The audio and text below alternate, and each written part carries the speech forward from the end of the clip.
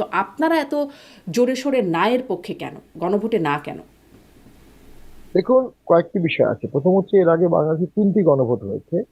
3টি গণভোটে বিডিবি বা বাংলাদেশ বেতার গণভোটের পক্ষে প্রচার চালিয়েছে যে আপনি গণভোটে ভোট দেন। গণভোটের বিষয়বস্তু এই: আপনি হ্যাঁ ভোট দিতে পারেন, আপনি না ভোট দিতে পারেন। For the first time in the history of Bangladesh, this government completely হ্যাঁ পক্ষে ভোট দিচ্ছে। স্বাভাবিক। এবং এখানে মাননীয় প্রধান উপদেষ্টা একবার বলেছিলেন সকল দল এটাতে মত দিয়েছে। প্রথম হচ্ছে, সকল দল এটাতে মত দেয়নি।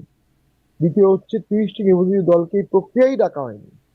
আপনি যে প্রক্রিয়ায় 30টি নির্বাচিত দলকে ডাকলেন না, আপনি কি করে বলবেন এটা সকল দল? এখন সরকারি খরচে, সরকারি টাকায়, সরকারি হেলিকপ্টারে উপদেষ্টারা হ্যাঁ পক্ষে প্রচার চালাচ্ছে। তার মানে তারা তাদের শপথ ভঙ্গ করছে। ভোটের সময় তারা যেমন কোনো রাজনৈতিক দলের পক্ষ নিতে পারে না, তেমনি কোনো হ্যাঁ বা নার পক্ষেও যেতে পারে না। এই সিম্পল লজিকটা কেন তারা বুঝছে না, বা এই ওথ ভায়োলেশনটা তারা করছে, এটি দুঃখজনক, এটা বেদনাদায়ক, লজ্জাকর। আমি মনে করি লজ্জাকর। দ্বিতীয় যেটি বলছেন, জাতীয় পার্টি কেন না বলছে। জাতীয় পার্টি কয়েকটি কারণে না বলছে। প্রথম হচ্ছে, একটা জিনিস সত্য যে এই প্রস্তাবনায় অনেক কিছুই আছে যেটা জাতীয় পার্টি প্রথম বলেছিল। আনুপাতিক ভোট, উপজেলা পরিষদ, উপজেলা আদালত, হাইকোর্টের ডিসেন্ট্রালাইজেশন, এগুলো জাতীয় পার্টির আইডিয়া, জাতীয় পার্টির থিঙ্ক ট্যাঙ্ক। জাতীয় পার্টি এই সংস্কারগুলো নিয়ে 20 বছর ধরে কথা বলে আসছে। কিন্তু ঐক্য প্রক্রিয়া জাতীয় পার্টিকে না ডাকার মাধ্যমে এটা একটা অনৈক্য প্রক্রিয়া হয়ে গেছে। একটা অনৈক্য প্রক্রিয়ার সংস্কারকে জাতীয় পার্টি ওন করতে পারে না, প্রথমত পার্টিগত দিক থেকে। দ্বিতীয়ত, গণভোট কোথায় আছে? ভোট হচ্ছে সংবিধানের উপরে।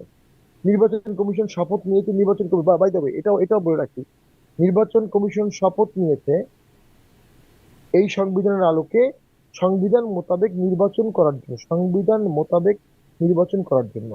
যদি সংবিধানে গণভোট না থাকে, সেই ভোট করার কোনো অধিকার, এন্টাইটেলমেন্ট, এম্পাওয়ারমেন্ট ইলেকশন কমিশনের নাই। ইলেকশন কমিশন গণভোটের আয়োজন করছে, এটা অসাংবিধানিক সম্পূর্ণ। দেন কনস্টিটিউশনাল অ্যামেন্ডমেন্ট রিফর্ম সংস্কার কিভাবে হয়? আমরা যেহেতু পার্লামেন্টের সময় আমরা জানি, এটা প্রথমে একটা এই ধরনের ক্ষেত্রে একটা স্ট্যান্ডিং কমিটি করা হয়, সিলেক্ট কমিটি করা হয়। সেই সিলেক্ট কমিটি অনেক দিন আলোচনা করে একটা প্রস্তাবনা তৈরি করে অনেকগুলো, সেগুলো তখন কমিটিতে যায়, কমিটি থেকে ক্যাবিনেটে যায়, ক্যাবিনেট থেকে পার্লামেন্টে আসে, পার্লামেন্ট থেকে আবার স্ট্যান্ডিং কমিটি, স্ট্যান্ডিং কমিটি থেকে ভোটে আসে। ভোটে 2/3 পাস করার পর এটা যায় রাষ্ট্রপতির কাছে। রাষ্ট্রপতি তখন সার্টেন অ্যামেন্ডমেন্টের ক্ষেত্রে রেফারেন্ডামে পাঠায়। These amendments required referendum. আপনি হ্যাঁ ভোট দিবেন না না ভোট দিবেন। তখন জনগণ যখন হ্যাঁ ভোট দেয়, তখন রাষ্ট্রপতি ওটাকে প্রেসিডেন্সিয়াল অ্যাসেন্ট দেয়, যেটা গণভোটের বাস্তবায়নটা করে রাষ্ট্রপতি। এই প্রক্রিয়াটা তো উল্টো হয়ে গেছে। জুলাই সনদের অধীনে গণভোট হচ্ছে, গণভোট অধ্যাদেশ হলো। গণভোট অধ্যাদেশ নিয়ে আমি সুস্পষ্ট বলেছিলাম যে গণভোট অধ্যাদেশ কি করতে পারবেন, আপনি অর্ডিন্যান্স করতে পারবেন যখন পার্লামেন্ট থাকবে না। কিন্তু সংবিধানে যেটা আপনি করতে পারবেন না, সংবিধান পরিপন্থী যেটা, সেটা আপনি অর্ডিন্যান্স দিয়ে করতে পারবেন না। অথবা যেটা আপনি কমন লতে, যেটা ল করতে পারবেন না, সেটা আপনিও পারবেন না। এবং এটা ঐতিহাসিক প্রেক্ষাপট আছে। না, ব্যারিস্টার টাইরান পাটোয়ারি, প্রিন্স আপনি চার্লস। ব্যারিস্টার, আইনের মানুষ, আপনি আইনি দিকগুলো ব্যাখ্যা করছেন, যেখানে প্রক্রিয়াগত যে জায়গাগুলো ত্রুটি আছে, বা শুরুতে প্রথম যেটি কারণ বললেন যে ঐক্যের প্রক্রিয়া জাতীয় পার্টিকে ডাকে নাই, কিন্তু বাকি দলগুলো তো সবাই একটা স্বাক্ষর করার মাধ্যমে কোনো মানে বা হ্যাঁ এর পক্ষে থাকছে, যারা বর্তমানে রাজনীতিতে প্রচারণা করছে, সক্রিয়ভাবে রাজনীতি করছে, তারা অন্তত পক্ষে তাদের তো আসলে আপত্তির জায়গা নাই। বিষয়বস্তু নিয়ে কি আপনাদের আপত্তি আছে? মানে যদি হ্যাঁ হয়ে যায়, পাশ হয়ে যায়, তাতে সমস্যাটা কি? দুটো সমস্যা আছে। প্রথম হচ্ছে, এনসিপি তে সাইন করেনি। দ্বিতীয় হচ্ছে, বিএনপি উইথ রিজার্ভেশন সাইন করেছে। তৃতীয় হচ্ছে, বিএনপি নিজেই বলছে অগাত্রে হ্যার ভোট চাচ্ছি। বিএনপিও জায়গায় জায়গায় না ভোট চাচ্ছে। জনাব তারেক জিয়া এখন পর্যন্ত হ্যার পক্ষে শব্দ উচ্চারণ করেননি। সো এটার মধ্যে নিয়ে অনেক রাজনৈতিক অস্বস্তি আছে। আবার না এর একটা পক্ষেও তো ভোট বলেন হওয়া, নাই। ন্যায়ের পক্ষে বলেনি, একটা ভোট হওয়া প্রয়োজন ছিল, একটা সেমি ডেমোক্রেটিক ট্রানজিশন প্রয়োজন ছিল। না হলে আলট্রা টেরোরিজম আসতে পারে, না হলে নো গভর্নমেন্ট হতে পারে, বৈপ্লবিক সরকার হতে পারে। সেই জন্য তারা অনেকেই এই সংস্কারগুলো মেনে নিয়েছে, মনে নেয়নি, মেনে নিয়েছে। হুম। দ্বিতীয় যেটা হচ্ছে, এই সংস্কারগুলো মধ্যে একটা ভয়াবহ জিনিস আছে। সেটা হচ্ছে এই ভোটের পরে যারা সরকার গঠন করবে তার 180 দিনের মধ্যেই এই সংস্কারগুলো করতে হবে, এবং 180 দিন ওই সংসদটা গণপরিষদ হিসেবে পরিচিত হবে। গণপরিষদ, আই মিন কনস্টিটিউয়েন্ট অ্যাসেম্বলির মতো একটা বডি হিসেবে থাকবে। কিন্তু ওই 6 মাস অর আনটিল এই অ্যামেন্ডমেন্ট না হওয়া পর্যন্ত বর্তমান গভর্নমেন্ট প্রেভেল করবে অ্যাকর্ডিং টু জুলাই সনদের অল স্কিম। যে বিষয়টা বিএনপি উপলব্ধি করেছে কিনা আমি জানি না।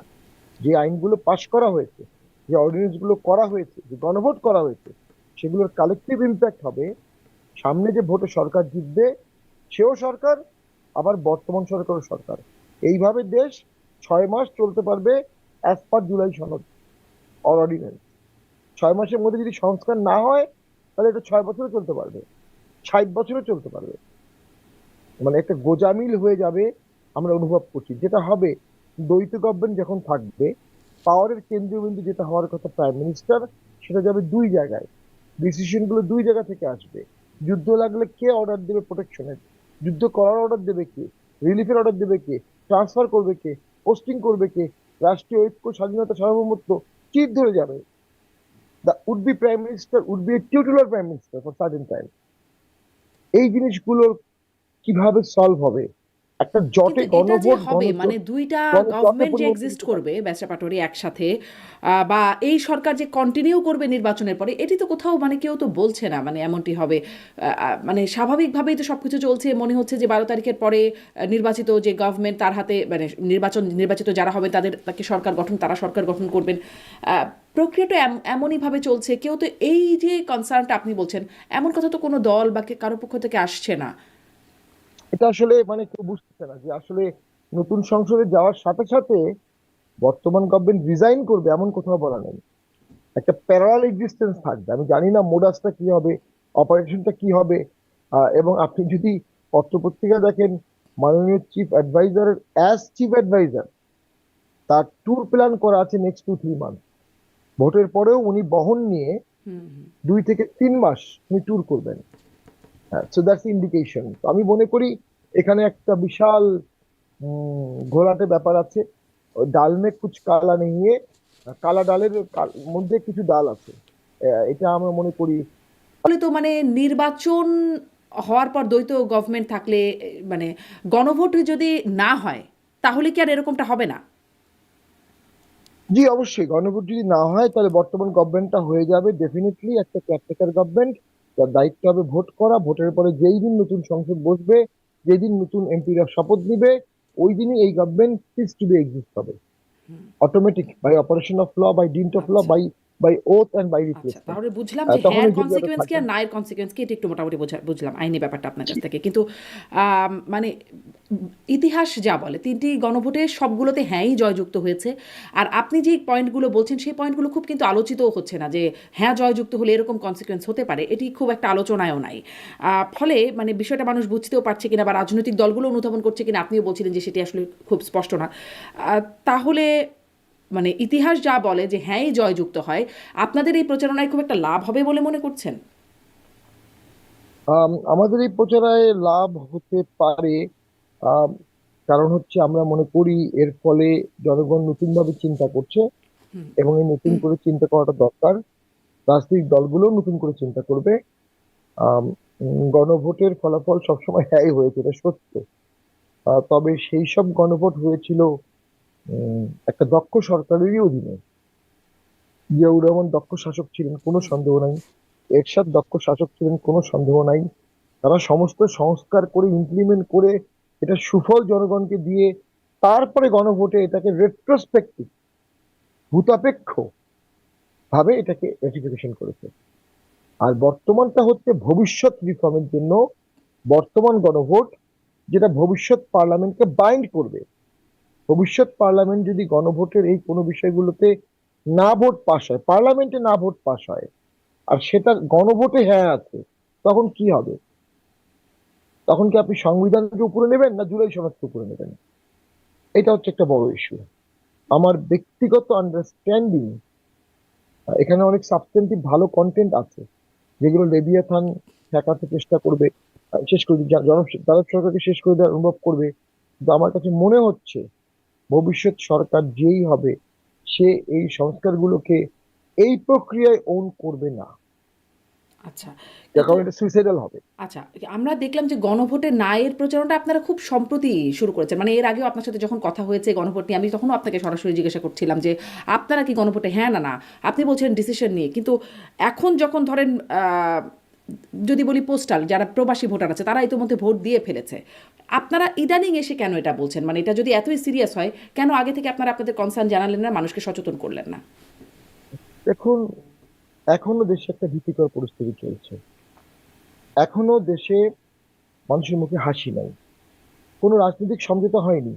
90-এর পরে রাজনৈতিক সমঝোতা হয়েছিল, জিয়াউর রহমানের সময় রাজনৈতিক সমঝোতা হয়েছিল, 86-এও একটা রাজনৈতিক সমঝোতা হয়েছিল, 2008-এও রাজনৈতিক সমঝোতা হয়েছিল। ফর দ্য ফার্স্ট টাইম একটা সমঝোতাবিহীন ভোট হচ্ছে, যেখানে আমেজ নাই, সৌহার্দ্য নাই, অন্তর্ভুক্তি নাই, মানুষের মুখে হাসি নাই, হাসিহীন একটা ভোট। এবং মোস্ট ইম্পর্টেন্ট, খুবই দুঃখজনক, লজ্জাজনক, হাস্যকর, 50% লোক এখনো মনে করে ভোট হবে না। আমরা ভোট চাওয়ার পরে জনগণ বলে ভোট হবে। সাংবাদিকরা প্রথম প্রশ্ন করে ভোট হবে। রাস্তাঘাটে হাঁটলে মানুষ জিজ্ঞেস করে ভোট হবে। আপনি কখনো আমরা তো পাল্টা জিজ্ঞাসা করেছেন কেন হবে না? মানে তাদের শঙ্কার জায়গাটা কি? কেন মনে করছে যে হবে না বা নাও হতে পারে? কেন মনে করছে হবে না? আহ এটা একটা কারণ হচ্ছে 90 সালে কোল্ড ওয়ার শেষ হয়ে গেছে, কিন্তু 90-এর পর থেকেও আমেরিকা সবসময় জানতো রাশিয়া একদিন ফিরে আসবে, এবং কিভাবে ফিরে আসবে, এবং ইভেন্টুয়ালি রাশিয়া ফিরে আসলো। তো 90-এর পরেও 20-30 বছর আমেরিকা কিন্তু রাশিয়াকে কমব্যাট করেই তার সবকিছু করেছিল। আমার মনে হয় এখন এদেশের মানুষ মনে করে আওয়ামী লীগ ভোট ঠেকানোর চেষ্টা করবে, অথবা আওয়ামী লীগ ভোট কেন্দ্রে যাবে না, হুম। ভোটটা হবে না। হেনা ভোট নিয়ে জট লাগবে। সবচেয়ে বড় কথা, জনগণ রাষ্ট্রীয় স্ট্রাকচার দেখতে পাচ্ছে না। একটা ভোটের আগে একটা রাষ্ট্রীয় স্ট্রাকচার লাগে। আজকে যে পরিমাণ মারামারি হানাহানি হচ্ছে, যদি একসাথে 50টা আসনে সমস্যা শুরু হয়, কত আর্মি আছে আমাদের, কত পুলিশ আছে আমাদের, কিভাবে আমরা ট্যাকেল দিব? ট্যাকেল দেওয়ার মাস্টার প্ল্যানটাই বা কি? অন্ধের মতো ভোটে ছেড়ে দেওয়া হচ্ছে প্রার্থীদেরকে, অন্ধের মতো সমর্থকরা হেঁটে যাচ্ছে। আমরা শঙ্কার মধ্যে আছি, রক্তপাত হয়ে যেতে পারে, নিকৃষ্ট ভোট হয়ে যেতে পারে। হুম। 2014 সালের ভোটের একটা স্টিগমা ছিল 154 জন আনকনটেস্টেড। এটা এই ভোটে হয়নি, একজন আনকনটেস্টেড হয়নি। এটা বাদ দিলে বাকি ইন্ডিকেটর গুলো যে কোনো দিকে টার্ন নিতে পারে। আচ্ছা, কিন্তু আপনি বলছেন সমঝোতাবিহীন ভোট, আমেজবিহীন ভোট। কিন্তু প্রচারণা বেশ জোরে সোরে তো প্রচারণা দেখা যাচ্ছে। তারেক রহমান জনসভা করছেন, জামায়াতের আমির প্রচারণা চালাচ্ছেন, আর বাকি এমপি প্রার্থীরা তো চালাচ্ছেনই। তাহলে কেন আসলে আমেজবিহীন বলছেন আপনি? মানে এটা এক ছোট্ট করে যদি একটু শুনি, কেন আমেজবিহীন মনে হচ্ছে? আমরা যখন মানে অন্তত আমাদের এলাকাগুলোতে যাচ্ছি, সেখানে আমরা দেখতে পাচ্ছি মানুষের মধ্যে ভয় আছে। প্রচুর মামলা হয়েছে, অনেকের জামিন হয়নি, পুনরায় মামলার ভয় আছে। আমরা যখন ভোটারদেরকে বলি আমাদের মিটিং এ আসেন, তারা মামলার ভয়ে অনেকে আমাদের মিটিং এ আসছে না, বিশেষ করে আওয়ামী লীগের নিরীহ সমর্থকরা। হুম। তো তারা তো একটা পার্সেন্টেজ অফ পিপল, এই পার্সেন্টেজ অফ পিপলের ভয়টা সংক্রমণে হচ্ছে আরো দিকে। তো সেদিক থেকে চিন্তা করে আমি মনে করি হাসিহীন ভোট হচ্ছে, উৎফুল্লতাহীন ভোট হচ্ছে। এই ভোটের ফলাফল নিয়ে যেই আসবে, তার দেশ চালানো কঠিন হবে। এবং তার 5 বছরের লংজিভিটি, এটা নিয়ে অনেকে বলছে 5 বছর হুম। টেকা খুব মানে টাফ ধরেন হতে আপনি পারে। যেটা বলছেন যে আমেজবিহীন, এর আগেও তো মানে হয়ে গেল, ভোট তো হয়ে গেছে। এর আগে যেই ভোটগুলো নিয়ে প্রশ্ন আসছে 3টা ভোট, সেখানে বিএনপির সমর্থকদের মধ্যে সেই আমেজটা ছিল না। মানে অংশগ্রহণ করতে পারে না, তাদের মধ্যেও সেই হাসিবিহীন ভোট বা প্রতিদ্বন্দ্বিতাহীন ভোট সেগুলোও তো হয়ে গেছে। মানে হয়ে গেছে, ক্ষমতা এসেছে বা সরকার গঠন করেছে, কন্টিনিউ করেছে, হয়েছে। তো তো এবারে এমন বড় কিছু মনে হচ্ছে কেন? দেখুন, এটা সত্য যে তখন অনেক অন্যায় ভোট হয়েছে, 14 সালে, 18 সালে, 24 সালে, এটা অস্বীকার করবো না আমরা, অবশ্যই হয়েছে। এবং তখন অনেক খারাপ কাজও আওয়ামী লীগের আমলে হয়েছে, দুর্নীতি হয়েছে, প্রশাসনকে দিয়ে ভোট করানো হয়েছে, রাতের ভোট দিনে হয়েছে, 154 জন আনকনটেস্টেড হয়েছে, অনেক কিছু হয়েছে। আমরাও সেগুলো সাফারও করেছি, দু একবার জিতেছি, আবার দু একবার হেরেছি। তো আমরা নিজের চোখে এগুলো দেখেছি। হুম। কিন্তু তখন কিন্তু রাষ্ট্রটা ছিল, তখন পুলিশকে মানুষ ভয় পেত, আর্মিকে ভয় পেত, তাদের ভিজিলেন্স ছিল। হ্যাঁ, তারা সরকারি এজেন্ডা বাস্তবায়ন করেছে, এটা সত্য। কিন্তু ওটার সাথে সাথে কোলেটারাল বেনিফিট হিসাবে ল অ্যান্ড অর্ডারটা মেনটেন ছিল। ধর্ষণ হতো না, লুট হতো না, একটা রাষ্ট্রীয় কাঠামো ছিল, ধর্ষণ আর হতো, রাষ্ট্রীয় ধর্ষণ ক্যারেক্টার হতো ছিল। শামীম পাটোয়ারি। হতো, হ্যাঁ হতো, এটা সত্য, কিন্তু র্যামলেন্ট হতো না। এখন যেটি ঘটছে, রাষ্ট্র কাঠামোর চিট ধরে গেছে, রাষ্ট্রের যে পিরামিড স্ট্রাকচার, ওয়ার্ড থেকে শুরু করে কেন্দ্র পর্যন্ত এটা নাই। গত 2 বছর কোনো উপজেলা চেয়ারম্যান নাই, কোনো পৌর মেয়র নাই, এমপি নাই। এইখানে তো মানুষ মানুষ কোনো জায়গায় আস্থার জায়গা পাচ্ছে না। এইখানে গিয়ে আমি মনে করছি যে মানুষের মধ্যে সংখ্যা এই কারণে মনে হচ্ছে যে এই সরকার ভোটটা 42 সেন্টার উঠাবে, করবে কিভাবে? ভোটের দিন এমন হতে পারে যে যার মতো রেজাল্ট করে নেবে, কেউ বাধা দেওয়ার থাকবে না। লোকাল প্রেশার দিয়ে যার যা শক্তি আছে তাই করে নেবে, শীতটা ঢাকা পর্যন্ত আসবে, ফাইনাল। এটাই কুল্লে হাল ইয়ালা খালাস টাইপ ইলেকশন হতে পারে, এই ভয়টা কিন্তু আছে। একদম মিডিয়া কু হতে পারে, দখল হয়ে যেতে পারে। আগে যখন দখল করে ফেলতো তখন আর্মিরা আসতো তড়িৎ গতিতে, এখন আর্মিরা আসবে কি না, কতজন আসবে, কত জায়গায় আসবে, কত জায়গায় হাঙ্গামা হবে, এইগুলো নিয়ে একটা প্রশ্নবিদ্ধ সমস্যা আমরা ফেস করছি। এবং সবচেয়ে বড় কথা যেটা বললাম, আলোচনা করে এই জিনিসগুলো সমাধান করা হয়নি। নাও দ্য ক্রুশিয়াল কোশ্চেন ইজ, এরপরে কি হবে? এরপরে বেশিরভাগ মানুষ মনে করে এই সরকারটা দীর্ঘদিন থাকতে পারবে না ইকোনমিক কারণে। আর ওই যে বললাম সমঝোতাটা হয়নি, অথবা আপনি ধরে নেন বিএনপি ক্ষমতায় আসছে, হুম। যেটা একটা পসিবিলিটি আছে।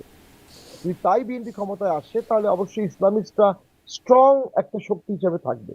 তারা সংসদে বক্তব্য দিবে, বাইতুল মোকাররমে বক্তব্য দিবে, ঢাকা ভার্সিটি, জাহাঙ্গীরনগর, জগন্নাথ, মাদ্রাসা, কলেজগুলো, বড় বড় গুলো সবই তো ছাত্র শিবিরের দখলে। হুম।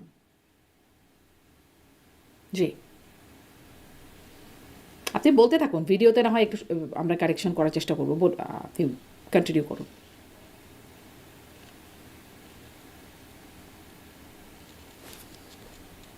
যে ডুবন্ত শীতে উঠে পড়ছে, যেই শীতটা বেশি দূর আগাতে পারবে না, আগানোর কোনো কারণ নাই। কারণ ওই যে বললাম রাজনৈতিক সমঝোতার মানে এটা দরকার কি ছিল। আপনি পরের সরকারের জন্য ভবিষ্যৎবাণী করছেন? জি, দুটোই আচ্ছা। বলছি। আরেকটা জিনিস খুব নিষ্ঠুর ঘটনা ঘটে গেছে। সাদ্দাম, ওর জামিন নাকি হাইকোর্ট দিয়েছে। হুম হুম। হাইকোর্ট এতদিন জামিন দেয়নি কেন, এটা তো বুঝলাম না। জানি না তার বিরুদ্ধে মামলাগুলো কি আছে। তবে তার বারবার জামিন হতো এবং তাকে জেলের বাইরে অ্যারেস্ট করা হয়েছিল। একদম দুঃখজনক একটি অধ্যায়।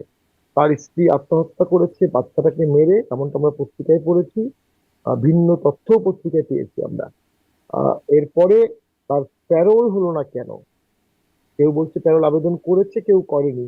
তাকে প্যারোল না করে লাশ দেখতে, লাশ হসপিটাল, জেলখানায় চলে গেছে। কি নির্মম, কি ভয়াবহ, কি কি ভয়ানক ভেন্ডেটা কাজ করছে, এবং কি ভয়ানক স্টেটলেসনেস কাজ করছে। যদি রাষ্ট্র থাকতো, এটা স্ট্রাকচারালি তার প্যারোল হয়ে যেত, আবেদন করতে হতো, রাষ্ট্রই বলতো আপনারা আবেদন করে আমরা প্যারোলে মুক্তি দিচ্ছি। এটাই তো রাষ্ট্র, সেটা নাই। এবং আমরা আমাদের জাতীয় পার্টির প্রার্থী, অন্তত দুজনের কথা আমি জানি, আমাদের প্রার্থী যাদের বিরুদ্ধে 9টা 10টা মামলা দেওয়া হচ্ছে, প্রত্যেক মামলায় তারা জামিন পায়, আবার তারা যেন ভোট করতে না পারে এই জন্য তাদেরকে আবার আটকানো হচ্ছে। গোলাম কিবরিয়া টিপু বরিশাল, আর সেলিম সাহেব নরসিংদী, হুম। এনাদের বিরুদ্ধে মামলা ছিল 4-5টা। প্রতিবার তারা জামিন পেয়ে যখন বেরোতে যাবে জেল গেটে বলা হয় আরেকটি মামলা সোনারে। এটা একটা বিশাল সিন্ডিকেট হয়ে গেছে, সোনারের সিন্ডিকেট। সেখানে রাষ্ট্রের কিছু অংশ প্রতিশোধ নিচ্ছে, আবার কিছু দুর্নীতিবাজ কর্মকর্তা এই সুযোগে বিপুল পয়সা আর্ন করছে, যেটা আগেও হতো। আমি তো মনে করি আগের জিনিসগুলো ফিরে আসতে ঠেকাতে পারেনি এই সরকার। হয়তোবা লার্জ স্কেলে কিছু জিনিস এখনো হয়নি, কিন্তু যদি এই সরকার এভাবেই থাকে তাহলে তো আমার মনে হয় অতীতের স্বৈরাচারের রেকর্ড ভেঙে যেতে পারে। হুম। এই ভয় আছে। আচ্ছা, আপনি একটু ন্যায় মানে বিচারের আইনি জায়গায় একটু কথা বলে আপনি বলছিলেন যে দুজন, আপনাদের অন্তত দুজন প্রার্থী যারা জামিন পাচ্ছেন না, হলেও আবার জেলগেট থেকে আটকে ফেলা হচ্ছে, সেই প্রসঙ্গটাতে আসবো। কিন্তু এই যে প্যারোল হলো না, বা তার যে এতদিন ধরে জামিন হচ্ছে না, বা জামিন হলেও গ্রেপ্তার হয়ে যাচ্ছেন, মানে এখানে একটু আইনি জায়গাটা বিশ্লেষণ করবেন যে মানে আইনের ভঙ্গটা কোথায় হলো? সরকার মানে সরকারকে কোথায় কোথায় আপনি দায় দিতে পারেন এখানে? বা যদি যদি দেখুন, সেটি আইনের ব্যাপার হয়, সেটি আদালত প্রাঙ্গণের ব্যাপার, তার জন্য সরকার কিভাবে দায়ী হয়? না, সরকার দায়ী হবে এই কারণে, প্রথম হচ্ছে আমি মামলাগুলোর কাগজ দেখিনি, তবে এই ধরনের গতানুগতিক মামলা হচ্ছে একটা হত্যা মামলায় 30-40টা জেলার মানুষকে দিয়ে দিয়েছে, আবার কিছু কিছু হত্যা মামলায় সাংবাদিকদের দিয়ে দিয়েছে, হুম। কিছু হত্যা মামলায় শিল্পীদের দিয়েছে, কিছু হত্যা মামলায় ক্রিকেটার দিয়েছে। অর্থাৎ একটা লিস্ট করা হয়েছে যে এই 10,000, 20,000, 50,000, 1,000 লোককে আমরা কোনো না কোনো ভাবে মামলায় দিব। কেউ কি দেখেছে ওরা গুলি করেছে? কেউ কি তার কাছে পিস্তল উদ্ধার করেছে, যে পিস্তল থেকে গুলিটা গিয়ে গায়ে লেগেছে? কেউ কি ওই ছুরিটা উদ্ধার করেছে, যে ছুরি দিয়ে হত্যা করা হয়েছে? কেউ কি ওই লাঠিটা উদ্ধার করেছে, যে লাঠিতে সে বাড়ি মেরেছে এবং লাঠিতে হাতের ছাপ আছে? হুম। অথবা পিস্তলের বাটে হাতের চাপাচ্ছে, সাইন্টিফিক এভিডেন্স ছাড়া, অকুলার এভিডেন্স ছাড়া যে মামলাগুলো হয়ে থাকে, সেই মামলাগুলো প্রাইভেসি আসামিকে জামিন দেওয়া হয় সাধারণত। অথবা কেউ কি কনফেশন করে বলেছে আমি ছিলাম, আমার সাথে অমুক অমুক ছিল, ঠিক এই জিনিসগুলো ছাড়া হাইকোর্ট সাধারণত জামিন দিয়ে দেয়। হাইকোর্ট কেন জামিন দিতে পারেনি এর প্রেক্ষাপটটা হচ্ছে এই, হাইকোর্টের একজন মহামান্য বিচারপতি তার দরজায় লিখে দিয়েছিলেন জুলাই আন্দোলনের সময় বা জুলাই আন্দোলনের ঘটনার মামলাগুলোতে জামিন আবেদন গ্রহণ করা হবে না। এটা তো একটা ভয়ঙ্কর বিষয়। হুম। যখন জামিন দেওয়া হচ্ছিল, একজন বিচারপতি দিচ্ছিলেন, তখন প্রধান বিচারপতি উষ্মা প্রকাশ করেছিলেন এত জামিন হচ্ছে কেন, তাকে শোকজ করেছিলেন, যেটা উনি পারেন না। হাইকোর্টের কোনো বিচারিক প্রক্রিয়াকে অ্যাপিলেট ডিভিশন কখনো শোকজ করতে পারে না, কখনো পারবে না। অ্যাডমিনিস্ট্রেটিভ ক্যাপাসিটিতে পারবে, তাকে এক বেঞ্চ থেকে আরেক বেঞ্চে নিতে পারবে, তাকে এই বাসা না দিয়ে ওই বাসা দিতে পারবে। তিনি যখন রায় দেবেন, এটার বিরুদ্ধে আপিল ছাড়া অন্য কোনো সুযোগ নাই। আর আমরা দেখেছি কোর্টে এটা এটা হুম। এটা হয়েছে যেটা, এই ঢাকা শহরেই 94 জন আইনজীবীকে একটা এই ধরনের মামলা জেলে পাঠানো হয়েছে, 94 জন। তো তখন আসলে অন্য আইনজীবীর একটা প্রতিহিংসায় ছিল, কিছুদিন আগে তারা মারামারির ভিকটিম হয়েছে, আমি বলছি আইনজীবী তাদেরকে মেরেছে, তো এদের জেলে জেলে নেওয়ার ব্যাপারেও তারা তখন সচেষ্ট ছিল। যেটা হতো যখনই এই ধরনের কোনো মামলায় জজ সাহেবও জামিন দিতে চাইতেন, একটা বড় অংশের লয়াররা লাভ দিয়ে বলতো আপনি স্বৈরাচারের দোষর, আপনি দালাল, আপনি জামিন দিতে পারবেন না। অনেক জজ সাহেব তারপরও সাহস করে জামিন দিয়েছে, অনেকে অ্যাম্বারাস হয়ে চলে গেছে। এখানে বিচারকদের খুব একটা দোষী করার কিছু নাই, মব ঠেকানো না গেলে কোনো ন্যায় বিচার হবে না। আর ওই যে রাষ্ট্রের দায় কেন, হুম। ওই যে পিপি সাহেব থাকেন আর অ্যাটর্নি জেনারেল থাকেন, যখনই কোনো জামিনের আবেদন আসে তখন জজ সাহেব বলে পিপি সাহেব কি বলেন, অথবা আমাদের এখানে বলে অ্যাটর্নি জেনারেল সাহেব কি বলেন। যদি অ্যাটর্নি জেনারেল সাহেবরা বলে জামিন তো মানে আমার কোনো অবজেকশন নাই, তখন জজ সাহেবরা জামিন দিয়ে দেন। ওর ক্ষেত্রে সার্টেনলি পিপি বা অ্যাটর্নি জেনারেলরা স্ট্যান্ড অবজেকশন দিয়েছে, বুঝে না বুঝে, অথবা ইনস্ট্রাক্টেড হয়ে, অথবা ভেন্ডেটা হয়ে, আমরা দেখেছিলাম মানে রাষ্ট্রপতি। যদি বলি স্বরাষ্ট্র উপদেষ্টার বক্তব্য যে আওয়ামী লীগের দেখলেই গ্রেপ্তার করে ফেলবা, পুলিশকে নির্দেশনা দিচ্ছেন, মানে একটা ভিড়ের মধ্য থেকে বলছেন যে আওয়ামী লীগ দেখলেও গ্রেপ্তার হচ্ছে না। তখন স্বরাষ্ট্র উপদেষ্টা বলছেন আওয়ামী লীগ দেখলেই গ্রেপ্তার করে ফেলতে হবে, মামলার কোনো দরকার নেই, মামলা আছে কিনা দেখার দরকার নাই, গ্রেপ্তার না হলে তোমার বিরুদ্ধে ব্যবস্থা নেওয়া হবে, বলছিলেন পুলিশকে, পেছনে দাঁড়ানো পুলিশকে। আবার আমরা আইন উপদেষ্টাকে দেখেছি যে তিনি বলছেন আওয়ামী লীগ সন্ত্রাসীরা জামিন যেন না হয় সেই বিষয়ে তিনি বলেছেন, এবং জামিন কেন দেয়া হচ্ছে এটার দায় হাইকোর্টের, তিনি এটা বলে, মানে এই যে তার এই বক্তব্যগুলোর প্রভাব কি আসলে এই পুরো বিষয়গুলোর মধ্যে পড়ছে? হ্যাঁ, ওই যে একটা মব ছিল, দানব ছিল রাস্তায়, এই দানবকে সবাই তোয়াজ করেছে, উনিও তোয়াজ করছেন, উনি এমন ভাবে কথা বলছেন যেন ওই দানব তার বিরুদ্ধে না লাগে। তার বিরুদ্ধে তো আন্দোলন হয়েছিল আসলে। তো উনি জানি না আমি এখনো কি দক্ষতার স্বাক্ষর রেখেছে স্বরাষ্ট্র মন্ত্রণালয় চালিয়ে, হুম। কিন্তু আমি তো মনে করি পুলিশদের মধ্যে একটা ক্ষোভ আছে, পুলিশ অনেক হত্যা হয়েছে, সেটার বিচার হয়নি। পুলিশ তাদের বিরুদ্ধে অন্যায়েরও একটা প্রতিবাদ চেয়েছিল, অনেক পুলিশের চাকরিচ্যুত হয়েছে, পুলিশের মধ্যে স্ট্রাকচার এখনো ভালো হয়, যেটা বললাম ভোট সুষ্ঠু না হওয়ার পিছনে এটাও একটা কারণ, ভোটে নিয়ে সংখ্যার এটাও একটা কারণ, পুলিশ স্ট্রাকচার না। ওনার বিরুদ্ধে অভিযোগ হচ্ছে উনি মাংসে আলু বেশি নাকি মাংস বেশি, এটা খুব ভালো বুঝতে পারেন চট করে এই। আর কি স্বরাষ্ট্র মন্ত্রণালয় কেমন চালাচ্ছে তার তো কোনো রিফ্লেকশন আমরা দেখছি না। পুলিশ তো চোখে পড়ে না, পুলিশ তো থানা থেকে বেরোচ্ছে না, খুব কম। আমি নির্বাচনী এলাকায় ঘোরাঘুরি করেও পুলিশ চোখে পড়ছে না। ওই যে বললাম, যখন সংকট আসবে, পুরো সংকটটা প্রার্থীকে একা ফেস করতে হবে, কোনো রাষ্ট্রীয় সহযোগিতা সে পাবে না। বাট নির্বাচনের সময় সে প্রার্থী, তার পূর্ণ অধিকার আছে পূর্ণ সহযোগিতা পাওয়ার। কিন্তু এখন বলছে যে এইখানে তো প্রার্থীকেই গান ব্যবহারের পারমিশন দিচ্ছে বা গান ম্যান দিচ্ছে, মানে স্বরাষ্ট্র উপদেষ্টা তো এমনটাও বলেছেন। এটা আরেকটা বৈষম্যমূলক আচরণ, কারো কাছে গানম্যান থাকবে, কারো কাছে থাকবে না। কেউ টাকা পয়সা আছে একটা গান নিয়ে নিবে, আর যার টাকা পয়সা নেই সে গান নিতে পারবে না। তো এগুলো নিয়ে তো আসলে ভোট হয় না। ভোটের সময় বরঞ্চ অলওয়েজ কালচার হচ্ছে সমস্ত লাইসেন্স অপরাধ অস্ত্রগুলো ফেরত নিয়ে নেয় ভোটের হুম। সময়। আমাদেরও নিয়ে নিত, আমাদের তো অস্ত্র ছিল না, লাইসেন্স ছিল। হুম। আর একটা জিনিস হচ্ছে, প্রচুর অস্ত্র লুট হয়েছে, কেউ বলে 30,000, কেউ বলে 60,000। এই অস্ত্রগুলো উদ্ধার করতে পারেননি স্বরাষ্ট্র মন্ত্রণালয়, ব্যর্থ। এত অস্ত্র থাকা অবস্থায় কিভাবে ভোট হবে? ভোটের তফসিলের আগে সারা দেশে চিরুনি অভিযান করে অস্ত্রগুলো উদ্ধার করতে পারতো, করা হয়নি। কোনো একটা হীন উদ্দেশ্য থাকতে পারে। দুই হচ্ছে প্রায় 3,000 জঙ্গি বা অপরাধী জেল থেকে ওই সময় পালিয়ে গেছে। ওই যে রাষ্ট্র ছিল না, পালিয়ে গেছে, জেলখানায় কেউ নেই, পালিয়ে গেছে। তারা মধ্যে এখনো 700 এখনো রেজার্ভের আছে। এই 700-র মধ্যে শীর্ষ জঙ্গি আছে। ওই শীর্ষ জঙ্গি আর এই অস্ত্র দুটি লিঙ্ক করলে একটা বিশাল ফুটপ্রিন্টের চিত্র ফুটে আসে। এইখানে গিয়েই আমার কাছে মনে হচ্ছে রাষ্ট্র একটা হুমকির মাথায় আছে। হুম। এবং কিন্তু স্বরাষ্ট্র উপদেষ্টা আবার প্রতিশ্রুতি দিচ্ছেন যে নির্বাচনে সেই অস্ত্রগুলো ব্যবহৃত হবে না, সেই ব্যাপারে তিনি একটা প্রতিশ্রুতি দিচ্ছেন যে লুট হওয়া অস্ত্র। এটা তো আসলে উনি কিভাবে বলছেন আমি জানি না। আম, অস্ত্রগুলো তো ব্যবহারের জন্যই লুট করেছে। কখনো না কখনো ব্যবহার, নির্বাচন না হলে কি তার কি সশস্ত্র বিপ্লবের জন্য উনি অপেক্ষা করছেন? যখন সশস্ত্র বিপ্লব হবে তখন অস্ত্র ব্যবহার হবে, তখন উনি প্রোঅ্যাক্টিভ হবেন? আসলে আমি মনে করি রাষ্ট্র পরিচালনার অনভিজ্ঞ লোকরা দেশ চালাচ্ছে এবং দেশের সার্বিক পরিস্থিতি হুমকির মুখে তারা ফেলে দিচ্ছে বুঝে না বুঝে। এবং তারা মবের আন্ডারে থাকছে। যে মব রাষ্ট্র চাচ্ছে না, মব নিজেকে রাষ্ট্রের উপরে নিয়ে যাচ্ছে। তো যারা আপ রাষ্ট্র চাচ্ছে হুম। আর তাদের সাথে কনসাল্ট না করার কারণে এটা হচ্ছে। জি, একটু আরেকটা প্রশ্ন আসে যে এই যে আমেজহীন নির্বাচন বলছিলেন এবং আশঙ্কা আপনি নানান রকম আশঙ্কা করছেন, এমনকি নির্বাচন হবে কিনা সেই আশঙ্কার বিষয়টাও আছে, তবুও সেই নির্বাচনে আপনারাও নির্বাচন করছেন। আম, আপনারা নির্বাচনের আগেও একটা অনুষ্ঠান আপনার সাথে কথা হয়েছিল, আপনি বলেছিলেন যে নির্বাচনে জোট হতে পারে, আপনারাও জোটে যেতে পারেন। হলো না কেন কোনো রকম জোট? মানে আপনারা কি স্বৈরাচারের দোসর ট্যাগ খাওয়া, এই জন্য আপনাদেরকে কেউ জোটে নিচ্ছে না? বিষয়টা এরকম কেন হলো না আপনাদের সাথে কোনো জোট? অনেক তো জোটের সমীকরণ দেখলাম ভোটের আগে। বিষয়টা অনেকটা এরকম, যে সত্য আমরা অস্বীকার করবো না। এই স্বৈরাচার দেশের সরকারের অনেকেই আমাদের সাথে ফর্মাল জোট করতে আগ্রহী হবে না। আমরাও উপযোজক হয়ে খুব একটা কারোর সাথে জোট করার চেষ্টা করি না। আমরা আসলে ভোটে অংশগ্রহণের সিদ্ধান্তটাও নিয়েছি অনেক দেরিতে। সেজন্য আমাদের একটু এলোমেলো হয়েছে বাস্তবায়নটা। এখন ভোটের মাঠে আমরা দেখতে চাই জোট ছাড়া আমরা কি করতে পারি। একতরফা ভোটে অংশগ্রহণ করে আমাদের অনেক তকমা লেগেছে।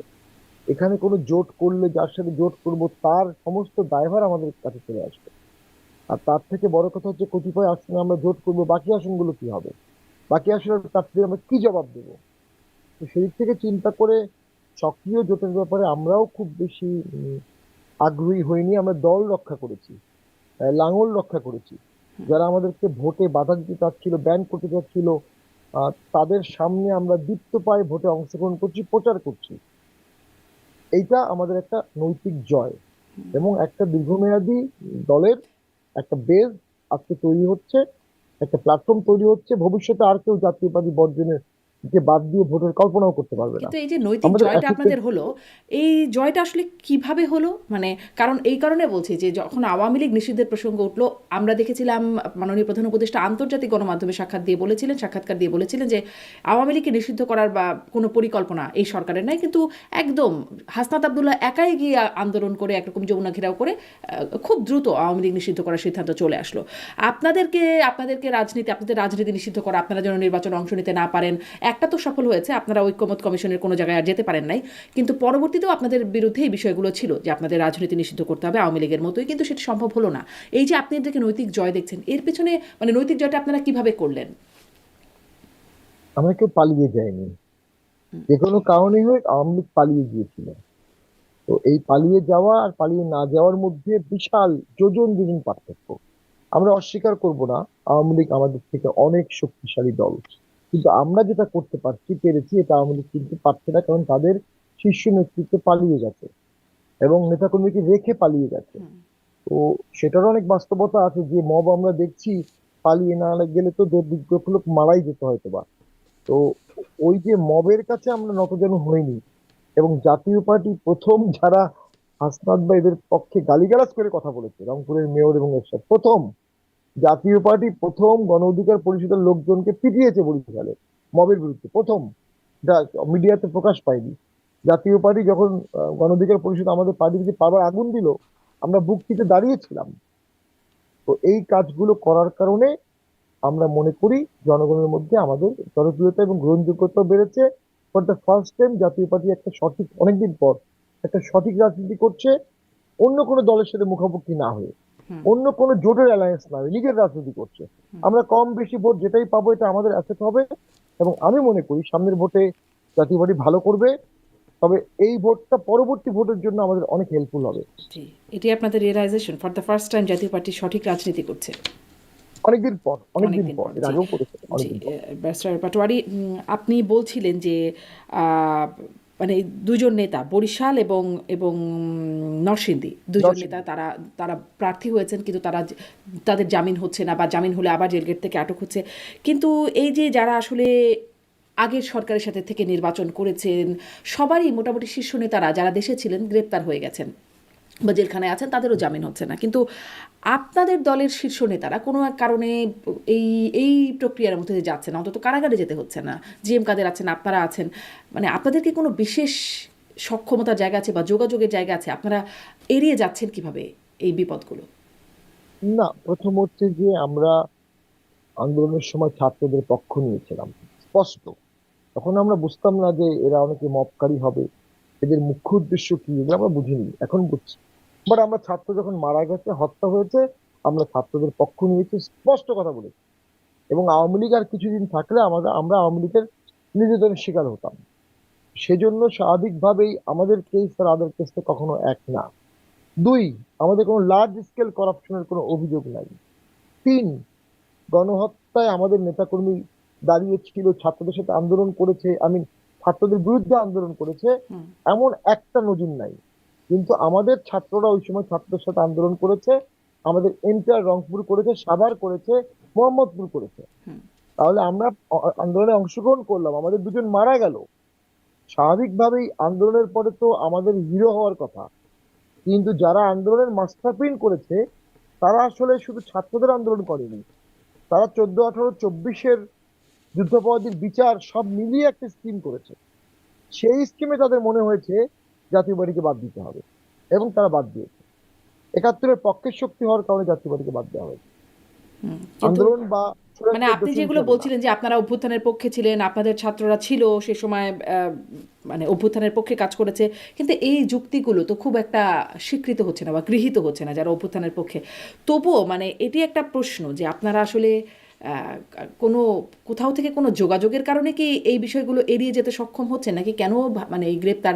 কারণ আপনিই বলছিলেন একটু আগে যে তার কিসের সম্পৃক্ততা কিভাবে প্রমাণিত হচ্ছে, কিন্তু তারা আসলে সাংবাদিক থেকে শুরু করে বিভিন্ন বুদ্ধিজীবী পর্যায়ের লোকজন বা আওয়ামী লীগের অনেকে আছেন যারা কোনো সম্পৃক্ততা প্রমাণ না হওয়া সত্ত্বেও তারা আসলে জেলখানায় আছেন বা তাদের জামিন হচ্ছে না, একরকম মিথ্যা মামলাতেই আছেন। সেরকমভাবে কিন্তু আপনারা সেটা শিকার হচ্ছেন না। কোথাও থেকে কোনো যোগাযোগ আছে? যোগাযোগের প্রশ্নটা এই কারণে করছে, যেমন ধরেন যারা দেশ থেকে চলে গেছেন আওয়ামী লীগের নেতারা, ঝানু নেতারা, তারা অনেকেই বলেছেন পরবর্তীতে যে সরকারের ভেতরেরই কারো সহযোগিতায় গেছেন। বা ধরেন সাবেক রাষ্ট্রপতি আব্দুল হামিদ, তিনি যে দেশে আছেন, তিনি বিদেশে গেলেন, তখন অনেক হাই উঠল, তারপরে তিনি নিরাপদেই ফিরে এলেন এবং নিরাপদেই দেশে আছেন। জানা যাচ্ছে যে তার শ্যালক, তিনি জামাতের নেতা, তিনি এখন প্রার্থী, জামাতের বড় নেতা, তিনি নির্বাচনও করছেন। এই একটা যোগাযোগের একটা বিষয় আছে। তো আপনাদের কি এরকম কোনো যোগাযোগ আছে? আপনাদের বারবার গ্রেপ্তার, এই বিষয়গুলো এড়িয়ে যাচ্ছেন বা মামলা? না, আমাদের যেটি হচ্ছে, আমাদের জনগণের একটা অংশ বিশ্বাস করে জিএম কাদের ভালো মানুষ। জনগণের একটা অংশ বিশ্বাস করে জিএম কাদের সত্য কথা বলেন, এবং তাকে অ্যারেস্ট করা হলে এটা জনগণের মধ্যে একটা মিশ্র প্রতিক্রিয়া হতো, এবং সেটা বর্তমান সরকারকে কোনোভাবে হেল্পও করতো না।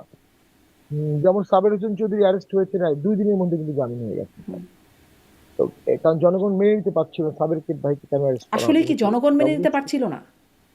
সব মিলিয়ে আর কি, আমার হ্যাঁ। এখানে একজন তারপরে আমাদের সাংবাদিক এম এ আজিজ, তিনি বলেছিলেন তার কাছে প্রমাণ আছে সরকারের উপদেষ্টারা কেন মানে যুক্ত হয়ে এই জামিনটা করিয়েছেন। আসলে আমি জানি না বিষয়টা, কিন্তু তিনি হতে দাবি পারে। করেছিলেন। যদি এটা করেও থাকে, তার ইমেজের কারণেই করেছে, এটা জনগণ গ্রহণ করছে না, সব মিলিয়েই করেছে। আর বাকিগুলো সিভিল সব সোসাইটি জনগণ তার গ্রহণ পক্ষে করে থাকে। নিচ্ছেন, ধরেন না, কেউ সাংবাদিক যারা আছে, কিন্তু বুদ্ধিজীবী যারা আছেন। হ্যাঁ, অবশ্যই গ্রহণ করছে না, তবে এখানে সিভিল সোসাইটি সবাই মিলে একসাথে আছে, সিভিল সোসাইটি তার পক্ষে আছে। আমি একটা উদাহরণ হিসেবে জাস্ট বললাম, এটা বেশি বললে আবার তার বিপদটা জানতে পারি। আরেকজন হচ্ছে আমাদের সুনামগঞ্জের মান্নান সাহেব, যিনি আওয়ামী লীগের মন্ত্রী ছিলেন। তিনি যখন অ্যারেস্ট হলো, তিনি কিন্তু পালাননি, বলছে আমি কেন পালাবো, আমি ঘরে হুম, থাকবো। অনেকে যখন অ্যারেস্ট করা হলো, স্কুলের বাচ্চারা আন্দোলন করেছে, তাকে কিন্তু ছেড়ে দিয়েছে খুব কুইক। তো এক্সাম্পলটি নাই তা না, তবে আমরা মনে করি জাতীয় পার্টি একটা হতে পারে। সরকার নিজেও চাচ্ছিল জাতীয় পার্টি অ্যাটলিস্ট একটা পলিটিক্যাল ফোর্স হিসেবে থাকুক, কারণ এত বেশিকে বাদ দিলে টেকা যায় না, বা এত বেশিকে বাদ দিলে ভোটটা বেশি প্রশ্নবিদ্ধ হবে। হুম, সরকার নিজেও হয়তো বা চেয়েছে যে আর প্রশ্নবিদ্ধ করবো না, এক আওয়ামী লীগকে বাদ দিয়েই তো একটা প্রশ্নবিদ্ধ হয়ে গেছে, 13 দলকে বাদ দিয়েই তো প্রশ্নবিদ্ধ হয়ে গেছে, আরো বাদ দিলে তো আরো প্রশ্নবিদ্ধ হবে। এবং অতীত ইতিহাস বলে 2006 সালের ঘটনা, যখন আওয়ামী লীগ ভোট বর্জন করলো, জাতীয় পার্টি ভোট বর্জন করলো, ভোটটা হয়নি। এবং এরশাদের মনোনয়ন বাতিলের পরে জাতীয় পার্টি মনোনয়ন বর্জন প্রত্যাহার করে নিল, 111 চলে আসছে। তো নজির তো আছে। আচ্ছা, মানে এরকম একটা কনসার্ন থেকেই জাতীয় পার্টি এই ছাড় পাওয়ার জায়গাটা। হয়তো, হয়তোবা আমি আচ্ছা। তারপর জায়গা বলবো না, আমি বলবো অধিকার খর্বটা কম করেছে, অনেক অধিকার আচ্ছা, খর্ব করেছে, জি, একদম কিন্তু পরিপূর্ণ করেছে। স্পষ্ট। জি, কম খর্ব হয়েছে আপনাদের অধিকার, স্পষ্ট। এই যে স্বৈরাচারের দোসর যেই আখ্যা পাবার কারণে বা ট্যাগ পাবার কারণে আপনারা একটু আগেও বলছিলেন যে জোটেও আপনারা খুব একটা ওয়েলকাম হন নাই, বা ধরেন নির্বাচনের মাঠে সে শুরু থেকেই একটা প্রক্রিয়ার মধ্যে আছেন, কিন্তু যাদের দোসর হিসেবে ট্যাগ দেয়া হচ্ছে তাদের কর্মী সমর্থকদের ভোট কি আপনারা টানতে পারছেন? যেমন আওয়ামী লীগ তো বলে দিয়েছে বর্জন করতে, কিন্তু বিএনপি জামাত খুব সক্রিয়ভাবে আওয়ামী লীগের ভোটারদের টানার জন্য অনেক রকম কথা বলছেন, প্রচারণা চালাচ্ছেন। আপনারা তো দোসরদের আপনাদের বন্ধুদের ভোট কি পাবেন, টানতে পারছেন? দেখুন, আসলে স্বৈরাচার পলিটিক্যালি বলা যায়, যেটা প্রশ্নটা আসে কে স্বৈরাচার না। সাদ্দামের সাথে যা ঘটেছে এটা কি চরম স্বৈরাচারী ঘটনা না? তাহলে কি এই সরকার স্বৈরাচার না? এই সরকারের সাথে যারা উঠা বসা করছে তার স্বৈরাচারের দোষণ না? তখন 21শে আগস্ট ঘটেছে, ওটা কি স্বৈরাচারী এক না? যখন বাংলাদেশের 63 জেলায় একসাথে বোম ফুটেছে, 1,28,00,000 ভুয়া ভোটার হয়েছিল, এগুলো সবই স্বৈরাচারী। মাগুরার ভোট আওয়ামী লীগও করেছে, বিএনপিও করেছে। আওয়ামী লীগ যেহেতু 15 বছর টানা ছিল, 16 বছর, স্বাভাবিকভাবেই কিউমিলেটিভ ভাবে খারাপ কাজগুলো বেশি হয়েছে, স্বাভাবিকভাবেই। তো তারপরেও আমি তাদের সমালোচনাই করবো, তারা ভোট ব্যবস্থাকে নষ্ট করেছে এবং প্রশাসনকে নষ্ট করেছে। এটা আওয়ামী লীগ নিজে সাফার করছে। আজ থেকে আওয়ামী লীগ তার কোনো রাষ্ট্রীয় প্রোটেকশন পাচ্ছে না, মানবাধিকার রক্ষা পাচ্ছে না, কারণ প্রশাসনটা সে নিজ হাতে নষ্ট করেছে। যদি সে প্রশাসনকে নিরপেক্ষ রাখতো, এই নিরপেক্ষতার সুফল আজকে আওয়ামী লীগই পেত। যদি প্রশাসনকে, জুডিশিয়ারি কিছু নিরপেক্ষ রাখতো, এই জুডিশিয়ারিকে হাত থেকে সে মানবাধিকার সুরক্ষা আওয়ামী লীগ পেত। তো আমরা দোসরদের স্বৈরাচারের ভোট পাবো কিনা, দ্যাট ইজ ইউর কনসার্ন। আমরা 71-এর পক্ষের শক্তি। দেশ 7 দুভাগে ভাগ হয়ে যাবে, গেছে। 71-এর বিপক্ষে, 71-এর পক্ষে। বিএনপি এই দুটোর মধ্যে কোনোটাই যেতে পারছে না। জাতীয় পার্টি স্পষ্ট 71-এর পক্ষে অবস্থান নিয়ে নিয়েছে। বিএনপি কেন দুটোর মধ্যে যে কোনোটাতেই যেতে পারছে না, মানে বিএনপি তো। আমি আসছি একটু পরে। হুম, হুম। হ্যাঁ, জাতীয় পার্টি স্পষ্ট 71-এর পক্ষে নিয়ে গেছে, এবং আমরা মনে করি যারা মুক্তিযুদ্ধের সপক্ষের শক্তি, মুক্তিযোদ্ধা, দেশকে ভালোবাসে, মুক্তিযুদ্ধকে ভালোবাসে, তাদের জাতীয় পার্টিকে ভোট দেওয়া উচিত। কারণ তাদের একটা সিম্বলিক প্রতিবাদ হওয়া উচিত। জাতীয় পার্টিকে ভোট দেওয়াটা একটা সিম্বলিক প্রতিবাদ হবে। বিএনপির প্রবলেম কোথায়? বিএনপি অবশ্যই প্রো লিবারেশন দল, স্বাধীনতার ঘোষকের দল, সেক্টর কমান্ডারের দল। বিএনপির প্রচুর মুক্তিযোদ্ধা আছে, এবং আওয়ামী লীগের থেকে বিএনপিতে সক্রিয় মুক্তিযোদ্ধা বেশি সংখ্যা গুনলে। কিন্তু বিএনপিকে সারা জীবন আওয়ামী লীগের সাথে ভোট করার কারণে, বিরুদ্ধে আন্দোলন ভোট করার কারণে, স্বাধীনতা বিরোধী শক্তি এবং ইসলামিস্ট ওদের সাথে নিয়েই চলতে হয়েছে এতদিন পর্যন্ত। এবং সামনেও কখনো আওয়ামী লীগ ফিরে আসলে তাকে যদি কমব্যাট করতে হয়, ওই স্বাধীনতা বিরোধী এবং ইসলামিক শক্তিকেই বিএনপিকে সাথে নিয়ে কমব্যাট করতে হবে। সো বিএনপি এক্ষেত্রে একটা বিজয়ের কন্ডিশনে আছে। সেম কন্ডিশনে ছিল যখন আওয়ামী লীগের ব্যানের আন্দোলন হয় 2 দিন। হাসনাত যখন 2 দিন আওয়ামী লীগ ব্যানের আন্দোলন করে, ওই 2 দিন বিএনপি নিশ্চুপ ছিল, এবং কনসিকুয়েন্সটা ড্রাস্টিক হয়েছে দেশের জন্য। বিএনপিও সাফার করেছে। আমাদের ধারণা, বিভিন্ন ছাত্র সংসদ নির্বাচনে ছাত্রলীগের একটা অংশের ভোট শিবিরে গেছে। আমাদের ডাটা যেটা বলে কিছু শিবিরে গেছে, গিভ বিএনপি কে মেসেজ যে তোমরা কেন ওই ব্যান্ডটা ঠেকালা না, আমার ধারণা। তো আওয়ামী লীগ ফিরে আসলে তাকে কমব্যাট করার জন্য আবার জামাতের সান্নিধ্য লাগবে বা বন্ধুত্ব লাগবে, আপনি যেটা বলছিলেন।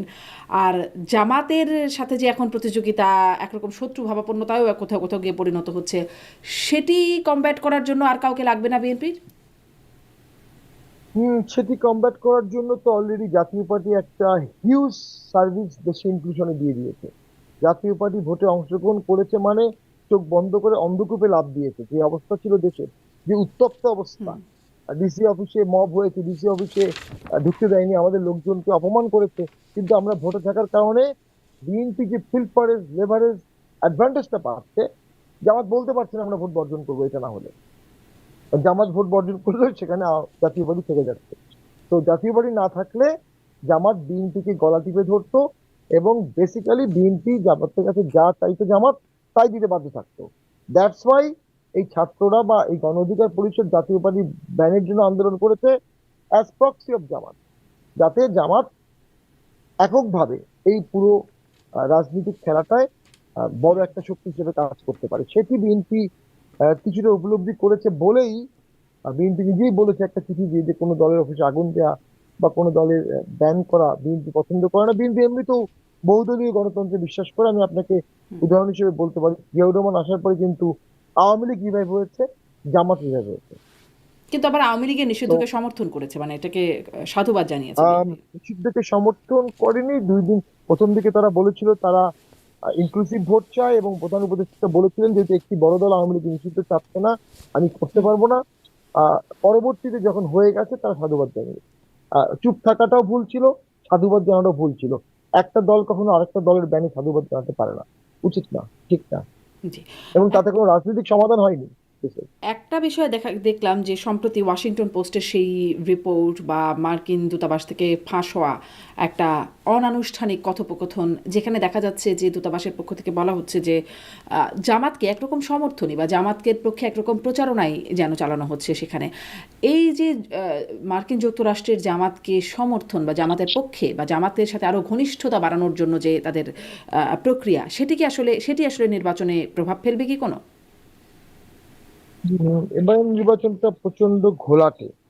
আহ এখানে জামাতের অ্যাডভান্টেজ হচ্ছে জামাত তার পরিপূর্ণ ভোটটা কাজ করতে পারে, পরিপূর্ণ। জাতীয় পার্টি বিএনপি আমরা আমাদের পরিপূর্ণ ভোট কাজ করতে পারি না, আমাদের অনেক সমর্থক পাশায় থেকে যায়। এ বিষয়ে আমাদের সাংগঠনিক কিছু দুর্বলতা আছে। জামাতের ডিসঅ্যাডভান্টেজ হচ্ছে তারা এখনো 71-এর লেভারেজ তার ঘাড়ে আছে। 71-কে ওভারকাম সে এখনো করতে পারেনি। তো জামাত বাইরে যারা যারা আছে, বিভিন্ন জায়গায় জামাত বিরোধী জোট হতে পারে, জামাত কিছু কিছু জায়গায় একা হতে পারে। তবে ভোটে আমি বলবো জামাত ইতিহাসের মধ্যে সবচেয়ে ভালো করবে, নাম্বার অফ সিটের দিক থেকেও এবং পার্সেন্টেজের দিক থেকেও, দুটো দিক থেকেই।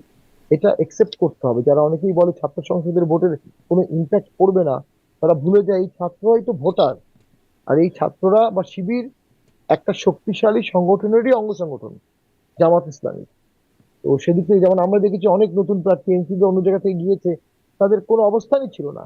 কিন্তু যেই মুহূর্তে জামাতের প্রার্থী উঠিয়ে নিল, যেই মুহূর্তে জামাতের প্রার্থীকে সমর্থন দিল, সে কিন্তু হাজার হাজার লোক নিয়ে হই হই করে সে প্রচারণা চালাচ্ছে।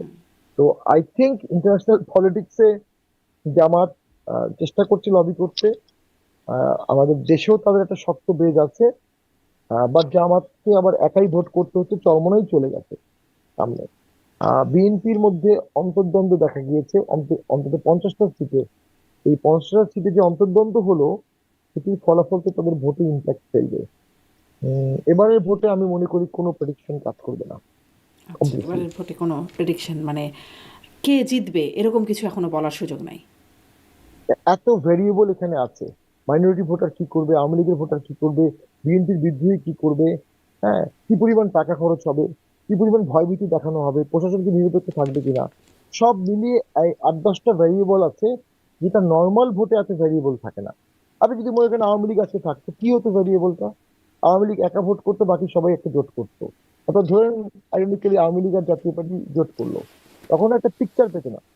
এখন তো পিকচার পাচ্ছেন না। যেখানে আওয়ামী লীগের 2 লাখ ভোট আছে, সেখানে আওয়ামী লীগের প্রার্থী নাই। এই 2 লাখ ভোট কি করবে, ভোটার কি করবে? তো ডিসাইডিং ফ্যাক্টর তারাই, আলটিমেটলি ভোটের রেজাল্ট ডিক্টেট করবে আওয়ামী লীগ। আওয়ামী লীগ যদি কিছু ভোট কাউকে দেয়, যাকে দেবে সেই সরকার ফর্ম করবে।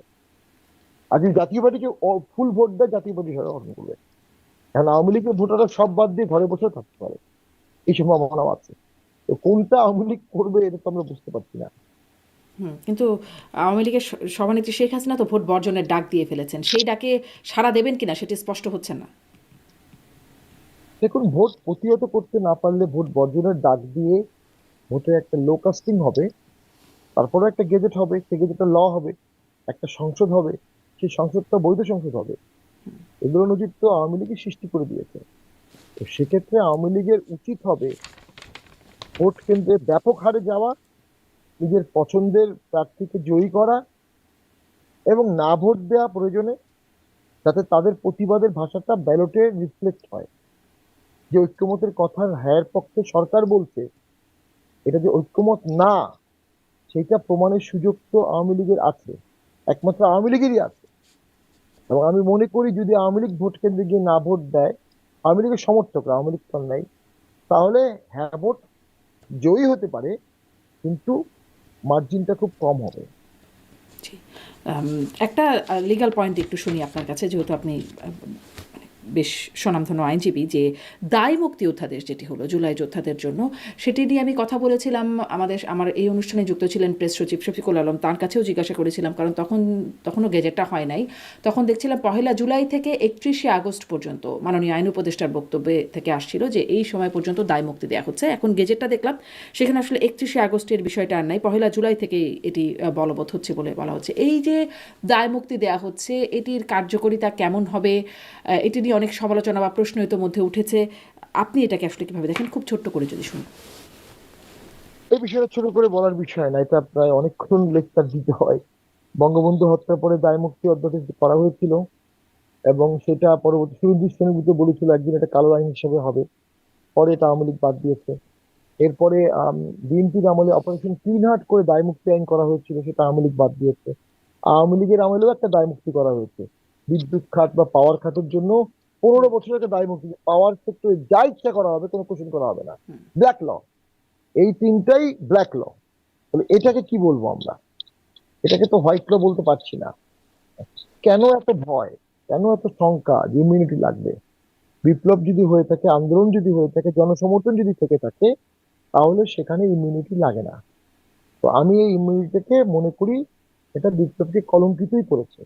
আপনি একটা মানে আন্দোলন যেখানে যে কোনো কারণেই হোক কোটি কোটি লোক রাস্তায় নেমেছিল, সেটাকে ইমিউনিটি দিয়ে কভার আপ করে দিলেন।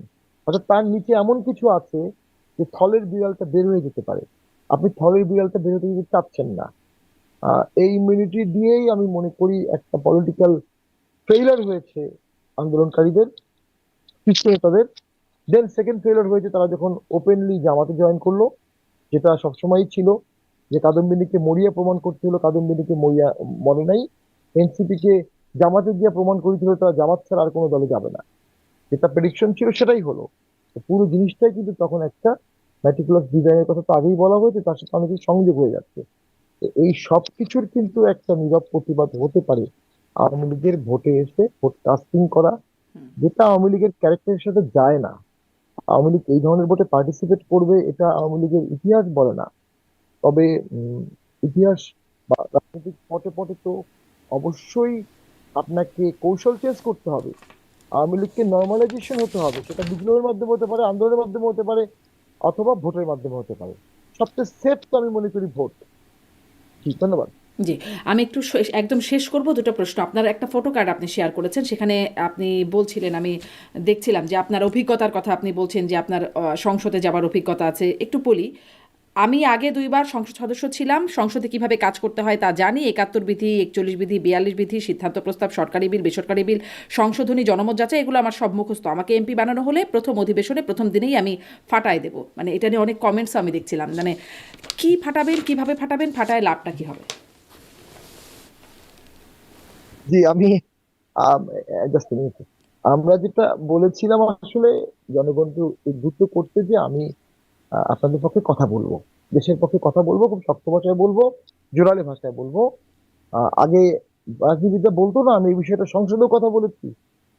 তো আগে তো মানুষ বলতো হাইকোর্ট দেখায়, তো আমরা সংসদ দেখাই, সংসদে বলবো আপনার বিরুদ্ধে। এবং আমরা প্রশাসনকে হুমকি দিতাম, আপনি যদি এই অন্যায়টা করেন আমি কিন্তু সংসদের দ্বারা আপনার বিরুদ্ধে কথা বলবো। তো এই সমস্ত বিষয় থেকে আমি জনগণকে সংসদের গুরুত্ব বোঝানোর চেষ্টা করেছি, এবং নিজের একটা যোগ্যতা যতটুকু আছে এটা তুলে ধরার চেষ্টা করেছি। একটু ভাষাগত ত্রুটি ছিল, অনেকে লিখেছে উনি ফাটা চেষ্ট, এসব বলেছে আর কি। তো না, আসলে রাজনীতিতে তো র ভাষা চলে আসে। তো এটা আমি মনে করি একজন এমপি প্রার্থী তো নিজেকে সংসদে কি করবেন সেটা তুলে ধরতেই হবে তাকে। তার লোকাল ক্যালিবারের সাথে তার জাতীয় রাজনীতিতে কন্ট্রিবিউশন করার কতটুকু অ্যাবিলিটি আছে। তার লয়ের উপর কমান্ড একটা অংশ তো থাকতেই হবে। সংসদে যদি লয়াররা না থাকে সংসদ তো অচল হয়ে যাবে। জি, কিন্তু আপনি আপনার এলাকাবাসীর জন্য মানে সংসদে গিয়ে তো ফাটিয়ে দিবেন, কিন্তু হ্যাঁ, আপনার আসলে আগের সংসদগুলোতেও বেশ বক্তব্য আলোচিত হয়েছে, অনেক বক্তব্য নজর কেড়েছে, আমরাও তখন অনেক আলোচনা করেছি আপনার সংসদের বক্তব্য নিয়ে। কিন্তু এলাকাবাসীর জন্য আপনি এমন কি করেছেন যেটা নজর কেড়েছে বা সামনের দিনে এলাকাবাসী মনে রেখে আপনাকে ভোট দেবে? দেখুন, মানে এলাকাবাসীর জন্য আমি অনেক কিছু করতেই পারিনি, এটা আমি স্বীকার করবো। অনেক কিছু আরো করা উচিত ছিল, কিন্তু যেগুলো করেছি সেগুলো আগের 50 বছর যদি এক করা হয় তাহলেও সমান হবে না। আমি 1800 কোটি টাকার দুটি বড় কাজ করেছি। 6 বছরে 6 জন লোককে রাজনৈতিক হয়রানি করে দিই নাই। সমস্ত মসজিদে টাকা দিয়েছি, প্রত্যেকটা মসজিদে টাকা দিয়েছি, প্রত্যেকটা মন্দিরে টাকা দিয়েছি। স্টেডিয়াম করেছি, ছোট ছোট গ্যালারি করেছি, 6টা লাইব্রেরি করেছি। মানে আমাদের এলাকাটা তো খুবই গরিব, একটা ওই এলাকার কালচারের সাথে অন্য এলাকার কালচার মিলবে না। তো ওখানে আমরা সোলার লাইট দিয়েছি প্রথম, মসজিদে এসি দিয়েছি ফর দ্য ফার্স্ট টাইম। সুন্দরগঞ্জে মসজিদে এসি টা আমাদের বরাদ্দ দেয়া, আমার দেয়া। তো কিছু দৃষ্টিনন্দন কাজও করেছি। আর রাস্তাঘাট হয়েছে, ওই যে বললাম 1800 কোটি টাকার কাজের সাথে এনসিবিআর 56 কিলোমিটার রাস্তা পেয়েছিলাম আমরা ওই কাজের সাথে। এর বাইরে প্রায় 70-80 কিলোমিটার রাস্তা করেছি। এখন সমস্যা হচ্ছে আমাদের ওখানে ন্যাচারালি আওয়ামী লীগের ভোট আছে, জামাতের ভোট আছে, আমাদের ভোট আছে। তো একটা অংশ তো আমার প্রতিপক্ষ থাকবেই, এবং তারা তো সমালোচনা করবেই। কিন্তু আমি যদি সবসময় বলি যে আপনি 50 বছর সমস্ত বরাদ্দ যোগ করে, সমস্ত কাজ যোগ করে আপনি আমার 6 বছরের সাথে কম্পেয়ার করে দেখতে পারেন। আমি 45 বছরে, হুম। 45 বছরের টোটাল এক পাল্লায় রাখবেন, আর আমার 6 বছর এক পাল্লায় রাখবেন। আমি চ্যালেঞ্জ দিয়ে বলতে পারি আমার 6 বছরের কাজ অবশ্যই অনেক বেশি হবে। এই মানে এই যাচাইটা আসলে এলাকাবাসী করেন আর কিনা শেষ দেখার বিষয় শেষ কথা একদম। বলে দিচ্ছি, আমার 6 বছরে 6টা চাঁদাবাজির ঘটনা ঘটে, ওই 6টা। কোনো দলের কোনো লোক চাঁদাবাজি করতে পারেনি। আচ্ছা, কিন্তু আপনি শেষ কথা বললে আমি শেষ প্রশ্নটা করব এখন যে এই যে স্বৈরাচারের দোসর যে ট্যাগ, মানে এর আগে 90 যখন আন্দোলন হলো সেটাকে স্বৈরাচার বিরোধী আন্দোলন বলে আমরা জানতাম, এবং তখন এর আগ পর্যন্ত একমাত্র স্বৈরাচার হিসেবে জাতীয় পার্টিকেই বলা হতো, স্বৈরাচার এরশাদ, হোসেন মোহাম্মদ এরশাদের নামের সাথে স্বৈরাচার যুক্ত হতো। এখন এসে আপনারা স্বৈরাচারের দোসর, মানে আপনাদের কি প্রমোশন হলো না ডিমোশন? স্বৈরাচার থেকে স্বৈরাচারের দোসর। দেখুন, কেউ আমার বিরুদ্ধে বলেই সে আমার অপোজিশনে থাকবে। মানে আমার মতবাদ মানবে না বলেই তো সে আমার অপোজিশন। আমি সবাইকে আমার মতবাদ মানাবো কেন? কেউ আমাকে স্বৈরাচারের দোসর বলবে, আবার কেউ কাউকে দুর্নীতি 5 বারের চ্যাম্পিয়ন বলবে, কেউ কাউকে যুদ্ধাপরাধী বলবে, কেউ কাউকে লেফটিস্ট বলবে, পচা বাম বলবে, পচা ডান বলবে। এটা রাজনীতিতে হবে, এটা সহ্য করতে হবে। এই টেম্পারমেন্টটা নিয়েই তো রাজনীতি করতে হবে। এরশাদকে স্বৈরাচার বলার কারণে এরশাদ তার উপর রাগ করেছে এমনটা না। বরঞ্চ যে সাংবাদিক স্বৈরাচার লিখতেন, উনি ফোনে তার সাথে অনেকক্ষণ গল্প করতেন। পরে আর ওই সাংবাদিক আর স্বৈরাচার লিখতে একটু হেজিটেট করতেন যে এতক্ষণ গল্প করলেন। তো আমি মনে করি এগুলো রাজনীতিতে থাকবে।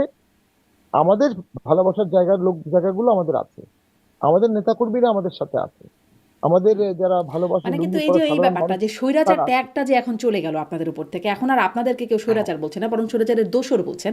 মানে এখানে কি একটুখানি প্রমোশন হলো নাকি মানে ডিমোশন এটা? আমি সুস্পষ্ট বলেছি 90 পরবর্তী প্রত্যেকটা গভর্নমেন্ট আগের গভর্নমেন্ট থেকে বেশি স্বৈরাচার, প্রত্যেকটা গভর্নমেন্ট। তাহলে সেক্ষেত্রে তো আসলে স্বৈরাচারের দোষর কাকে বলে? দোষর মানে আপনি যেটাতে টাকা দিয়েছেন, যেটাতে আপনি অস্ত্র দিয়েছেন, যেটাতে আপনি অংশগ্রহণ করেছেন, পার্টিসিপেট করেছেন। আওয়ামী লীগের কোন স্বৈরাচারী কাজের সাথে সরাসরি জাতীয় পার্টি অংশগ্রহণ করেছিল? নির্বাচনে অংশগ্রহণ করা ছাড়া।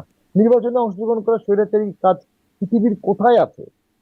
মোস্ট ডেমোক্রেটিক কাজ নির্বাচনে অংশগ্রহণ করা। এখন যে আওয়ামী লীগ ছাড়া ভোট হচ্ছে, সেখানে আমরা অংশগ্রহণ করছি, সবাই অংশগ্রহণ করছে না। তাহলে আমাদের কি সেই দোষটা এই দোষটা কি এক করা যাবে? এবং 24-এ জামাত বিবি অংশগ্রহণ করেনি, এখানে আওয়ামী লীগকে বাদ দিয়ে করা হচ্ছে। তো টেকনিক্যালি মাঝখানে একটা আন্দোলন হয়েছে, এর বাইরে তো থিওরিটিক্যালি জিনিসটা সেম। তো এটা হচ্ছে আসলে ওই যে আপনি 6 দেখবেন না 9 দেখবেন, একই জিনিস আপনি যখন করছেন তখন একরকম, অন্য কেউ করলে আবার সেটা আরেক রকম হয়ে যাচ্ছে। আমাদেরকে যদি জামাত দূষণ গালি দেয়, আমাদেরকে বা জামাতের অঙ্গ সংগঠন এনসিপি বা গণ অধিকার দেয়, 2001 থেকে 2006 বিএনপির যে খারাপ কাজগুলো ছিল, জামাত কোন খারাপ কাজের প্রতিবাদ করেছে? একটা খারাপ কাজের প্রতিবাদ জামাত করেনি, একটা না। যে কথাগুলো প্রথমেই বললাম, বিএনপির স্বৈরাচারী কাজের সাথে জামাত তখন সহযোগী ছিল। 71-এও জামাতের একটা খুব জঘন্য অবস্থান ছিল, যুদ্ধাপরাধের পক্ষে, স্বাধীনতা বিরোধীদের পক্ষে, পাকিস্তানের পক্ষে, despite the fact Pakistan rape করছে, ডেসপাইট দ্য ফ্যাক্ট পাকিস্তান মানুষ মারছে, আর জামাত তাকে